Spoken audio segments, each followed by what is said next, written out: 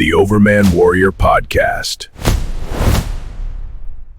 Keep going, you're almost there. I got it.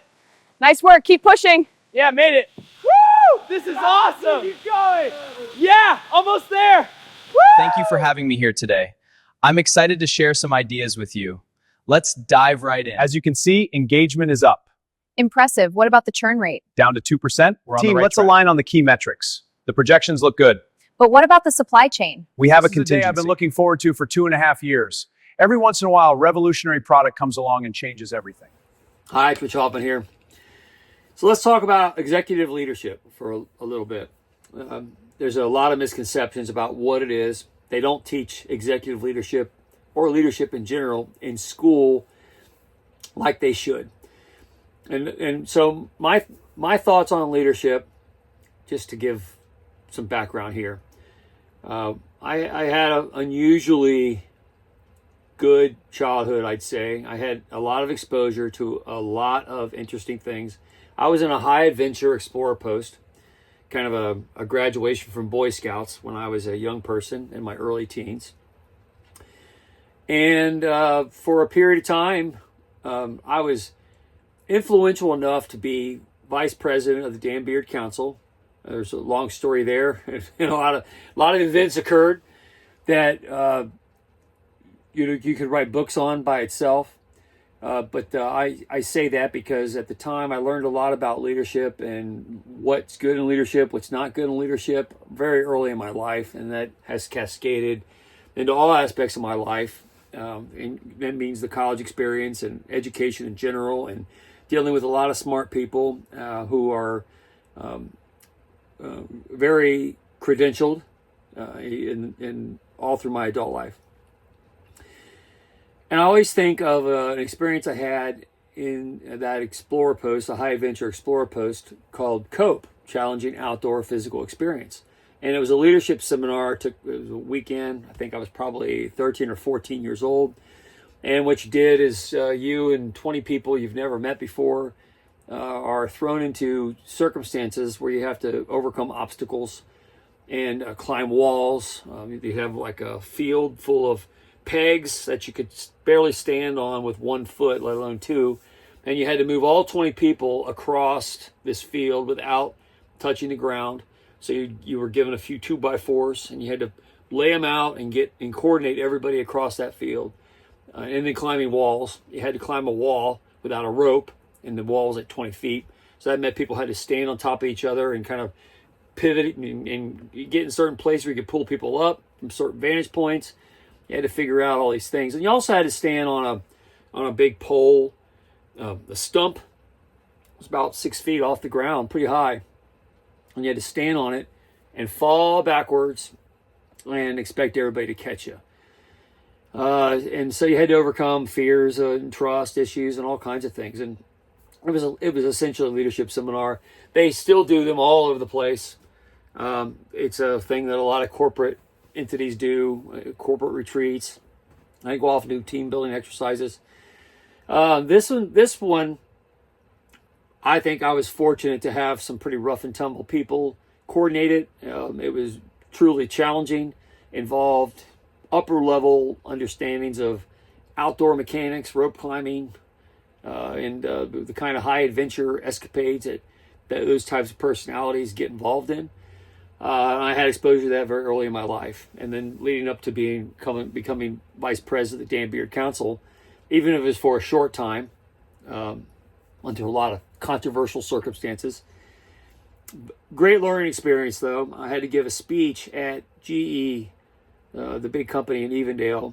I was invited to come speak there, and as a young person, again, 14 years old, and I went and made a pitch on leadership, all the things I had learned, and that's how my life essentially got started. And I was very effective at it, and that's carried on to my life now. So when I talk about executive leadership, I'm talking about it from that perspective, and most everybody misses the point. Very few people understand what it is. They might be executives, but they don't really get it. And this has come up recently because I've encountered a lot of people. There's a movement in Westchester, Ohio, after Amanda Ortiz Ortiz became the new trustee, and she moved to Westchester from, and I've lived in Westchester, Liberty Township, Butler County, most of my life, more than 50 years or so. I mean, I'm 58 now, but and I've lived in other places, but Butler County is a great place to live, so I came back and lived in my hometown. So it's not for lack of options, it's because it's the best place. So I get it. I've been around the area forever. But someone like her moved in with her husband in 2016, and I talk about the dangers of all these immigrants, these immigrants of liberalism coming in and moving into the area and bringing all the bad ideas that they're running from with them. And then they get on governments and bring all that stupid stuff to local government, expect it to fly. And then what goes with that is the mantra of socialism that they learned where they left, and then they expect it to stick in a community that's very conservative, like Westchester, Butler County, Ohio. So she's only been in Westchester since 2016, and she's out there in this anti-business crusade as a new trustee, talking bad about businesses and trying to figure out how to pay all the taxes if you go against the businesses, and the math doesn't work. Westchester's been successful forever. But she has this anti-executive attitude, like a lot of Democrats do. Like, those greedy CEOs, we all need to share in the wealth. We need more bonus programs, and we need all these other things. Because they buy communism. They've been told all their lives. They were taught their education services. Whatever they had, whatever college they went to, they got a healthy dose of socialism and outright communism, because a lot of the people in those fields, a lot of the teachers in those fields that are radical left, thought and bet, including corporate leadership, thought that we were all going to go use the communist model. Ray Dalio has been out there preaching that forever. He's been putting his books out, talking about it. The World Economic Forum pretty much put all their money in that basket for years leading up to this time that we're in now, the 2026 period. And, everybody is wrong, essentially. Just because everybody believes something and one person might say something otherwise, the rules of the game are right's right, whether everybody believes it or not. The numbers don't make it. A democracy of ideas doesn't change a reality into a fact, just because you want to believe it's something other than what it is. And leadership is all about one thing: creating vision that everybody can buy into. Leadership is a hidden element. There's a lot of smart engineers out there. There's a lot of people with multiple PhDs that can write a spreadsheet and give you a lot of data, a lot of fiscal information. They can give you endless amounts of data and quote statistics, administrative regulations, and they can do all kinds of stuff. But can you lead? Do you know how to lead people? Leadership is one of the hidden qualities that very few people ever develop in their life. And I would argue that the way to do it is like that challenging outdoor physical experience I talked about, the COPE exercise. And if you get it when you're young, and I did, people who become really good at that kind of thing usually have a path of hardship behind them where they learned all the things not to do. They press themselves way outside their comfort zones, and now they can lead people through articulating a narrative, a story, put it in a way that the masses can get, and then you can rally people to a cause. And no matter what level that cause is, but usually if you're trying to be a CEO or a leader or executive of a company, you have to be able to put things in a way that everybody can understand. And if you haven't gone through a challenging experience in your own way and then learn how to communicate that to a mass audience and get people to follow that mass message, you're not going to be very successful in those leadership positions. But you can't take the mob that is trying to placate everything with safety and security for their own right and hide that behind administrative regulation and expect success. It never works. And so when big organizations go out and try to mimic the success of the past, but they may not have somebody like a Jack Welch, or they may not have a Steve Jobs or an Elon Musk leading their company at the front of the train, like I like to talk, a Persic's metaphorical train. if you're not leading from the front, then you're never going to get there. And what we learned in that COPE exercise when I was very young is there was a leadership conference to learn how to take people you've never talked to, perfect strangers, and help them get over a wall. Help figure out how to get them from peg to peg without touching the ground, walking across a little 2x4 over a 5-6 foot span, and get 20 people from here to here. Very hard to do, but you had to work with them, put your differences aside, figure out how to accomplish the task. And you only do that when you can figure out the narrative to communicate with all of them. And you had to do it under duress.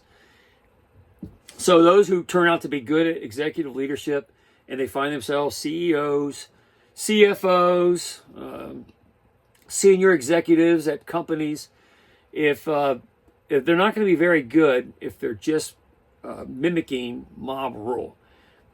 All the mob needs a leader, and whether they acknowledge that or not is irrelevant, because an organization or a community is not going to be successful without leadership. So when you have people like this, or Amanda Ortiz and all her Democrats who are trying to get a foothold into a successful community and then cascade off that, you're essentially seeing the same corporate model that a lot of corporations are struggling with now, that might have been successful in days when they had skunk works that figured everything out and didn't have to consult an engineer every 5 seconds in order to build the new next great thing, and they did in record time. Now everybody gets mired down in administrative burdens, and no one's leading anybody because everybody's trying to be compliant without a narrative. And the leadership gets shoved into a corner by this mob rule of everybody in the organization trying to appeal to a democratic workforce, where even the least skilled are put on an equal footing with each other. And then you basically weaken your organization, so the leadership is penalized while those who don't have those skills are ruling the roost and driving the company or the community underwater. And that's exactly what is going to happen with all the Democrats trying to stick themselves in Butler County, become office holders, as the expectations are way up here, and what they're going to find as a leadership is they're performing way down here. And it's never going to work. And people are going to become very disenfranchised as they watch that process go, because it goes beyond just being a smiley face, talking about how evil CEOs are and how much money they made and profits, and everybody should get a little bit of some of that. Well, you didn't develop the skills to become a leader. Leaders are people who are out in front and bring people with them and teach people how to come along with them. And the best leaders are those who can carry a lot of people, whether it's several hundred, several thousand, tens of thousands, millions of people behind them. And when you provide that leadership, even if it's got a stigma brought with communist and socialist movements to it, that mobs are supposed to be ruling through a democratic process where popular votes win everything, that ignores the fact that it's still a solitary leader who has the guts to stand at the front of the train and get everybody across a challenge when they wouldn't be able to do it themselves. They need somebody who can put the narrative to them and show them how to get up over that wall or overcome that barrier, or how to fall backward into a crowd that you can safely do it because you can trust the people are going to catch you. That kind of leadership is hard to find. And it's so hard to find that I found myself speaking in the 80s in front of a large crowd at GE engine manufacturers in Evendale, Ohio, as vice president of the Dan Beard Council, because I had shown exceptional ability along those lines that nobody had seen for many years there, up to there, or thereafter. And as much as those kinds of organizations try to find good leadership within their ranks, they often only find one or two people out of classes of hundreds who can actually help people get up over those walls and those challenging outdoor physical experiences, and get people successfully do it and still have them want to have lunch together when it's over. And that's rare as rare gets. But America has done a good job of creating a culture where those kinds of people do rise to the top. They formulate businesses, they become entrepreneurs, and they employ millions and millions and millions of people. And this fantasy that where socialism and communism and the state can go produce jobs and create jobs and lead jobs through a democratic process of administrative rules. Everybody's sitting in a cubicle or working from their living rooms at home. And I'll say it again, I heard several people this past week from large organizations trying to say, why can't you get this thing done? Why can't you get this guy on the phone? Why can't you get this guy to come to the facility, or this gal, or this approval loop functioning right? Well, they're at home, they're working from home, they come into the office 2.5 days of the week. You know, we're doing that to try and save the environment by keeping people from driving cars, so they stay and work in their houses. And it doesn't work because you can't talk to people. And going back to that challenging outdoor physical experience, I refer to it a lot because it was one of those moments in my life where everybody went into it not really knowing what was going to come out of it. And I learned things that lasted a lifetime. Maybe I had the individual instinct because I'd done so many things other than that led to that experience and gave me the skills to help people overcome those issues with my communication skills. So that brought something unique to it. But what we all ended up with was an understanding of how leadership works in ways that a lot of these corporate retreats only touch the surface on and never quite get there. Everybody's looking for the same thing. They're looking for leaders, and they want people who can lead an organization or a community to success. And that's why Trump's so effective. He has all those skill sets. He doesn't have to know the details of every little thing. What he has to do is be able to communicate big concepts to lots of people who go out and do the job. And going back to the COPE experience, you have to help people get up over the wall. They may not be able to figure it out on their own, but you explain it to them, and then you help lead them over the obstacles. And that's what you do in corporate leadership. You don't have to know how to make all the spaghetti in the kitchen. You don't need to know how to make the noodles or the meatballs, or even wash the dishes to keep all the utensils clean. You just need to know how to get all those different aspects of the kitchen working so you can make spaghetti and serve it out to the customers that want to buy it. And if you can do that as a leader, you're doing great things. And that's why America's successful. That's why we have a high GDP, higher than anybody in the world. And state-run economies don't work for that very reason, because they suppress their leadership. They don't give them autonomy to lead, and they try to create this equal platform so everybody's equal, and everybody then equally performs poorly. And no one ever gets over the wall. No one ever gets across that field of obstacles. No one ever falls back because they're scared into the arms of people to catch them and build that trust and that teamwork environment. It doesn't happen because state-run organizations driven by administrators never learn those skills. And then therefore they can never communicate those skills to people who need to know how to navigate that in their own lives. And then therefore they never achieve success. And that's the difference between corporate leadership through CEOs who are very effective and the rest of them who are just faking it to make it. They go to the corporate retreat, they go through the motions, they get their box checked off with a participation trophy, but they never learned how to lead anybody. And it's one of the most unique skills in the world that there is, and very few people ever truly accomplish it. And communist and socialist ideas never get anybody anywhere, and the more they are implied or pursued, the more failure rate you'll see in any organization of any size. And the way to properly have success is to identify leaders, empower them to lead, and give them the autonomy to take organizations and help them all over the wall so everybody can have success. But they don't get that through equality. They get it by following a leader who's learned how to lead. And that's the difference between CEOs who are very successful. That's why they tend to make a lot more money than everybody else, because they have a skill that nobody else has, and that is leadership. And even all organizations are looking for just the right leader, and they often make bad picks based on the wrong choices for what they think leadership is, based on some political perspective. There aren't too many Steve Jobs out there, or Elon Musk, who clearly are in the category of their own.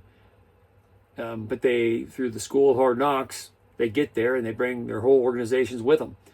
And I think you find in most successful organizations that there's one leader at the top who takes everybody there. And then you have other people who benefit from success by listening to that leader. And if they do, they'll all get over the wall together. They'll get across that field of pegs if they listen to the person who has the best idea and can communicate that idea to everybody else and get everybody where they need to go. But it's not a process of democracy. Everybody doesn't know those things. They just need to know how to listen. And if they listen, they'll be successful. But left to their own devices, they'll never get there.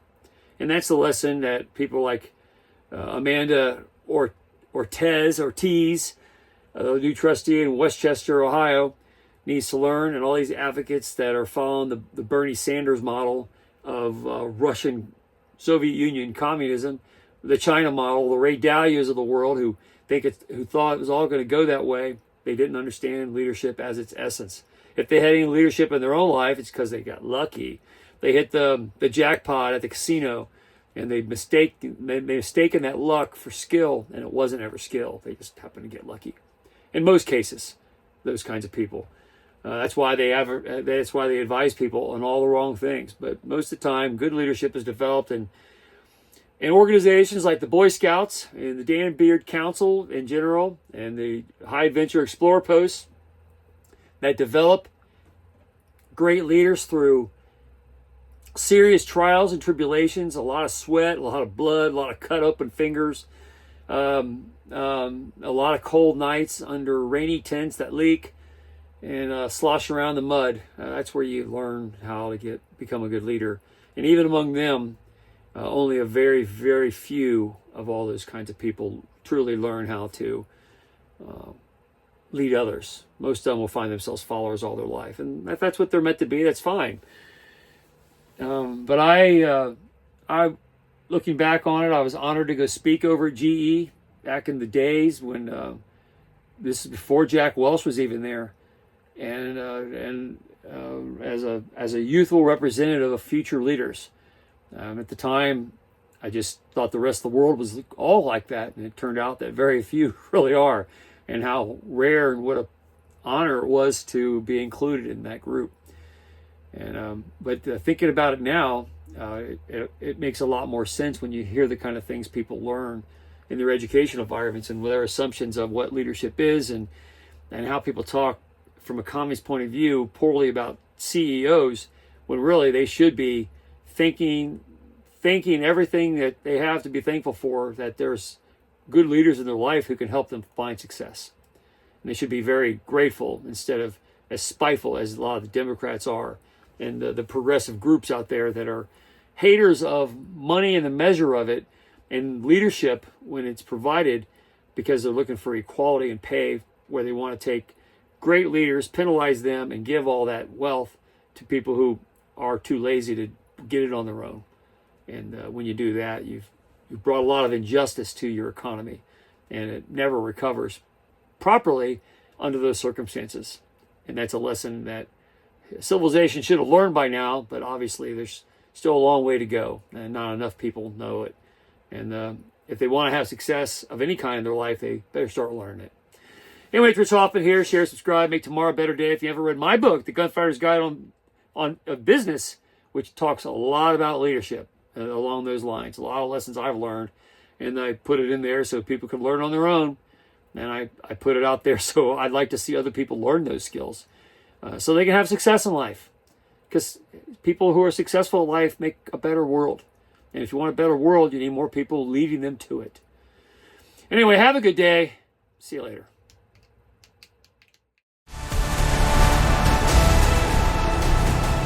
Thank you for listening.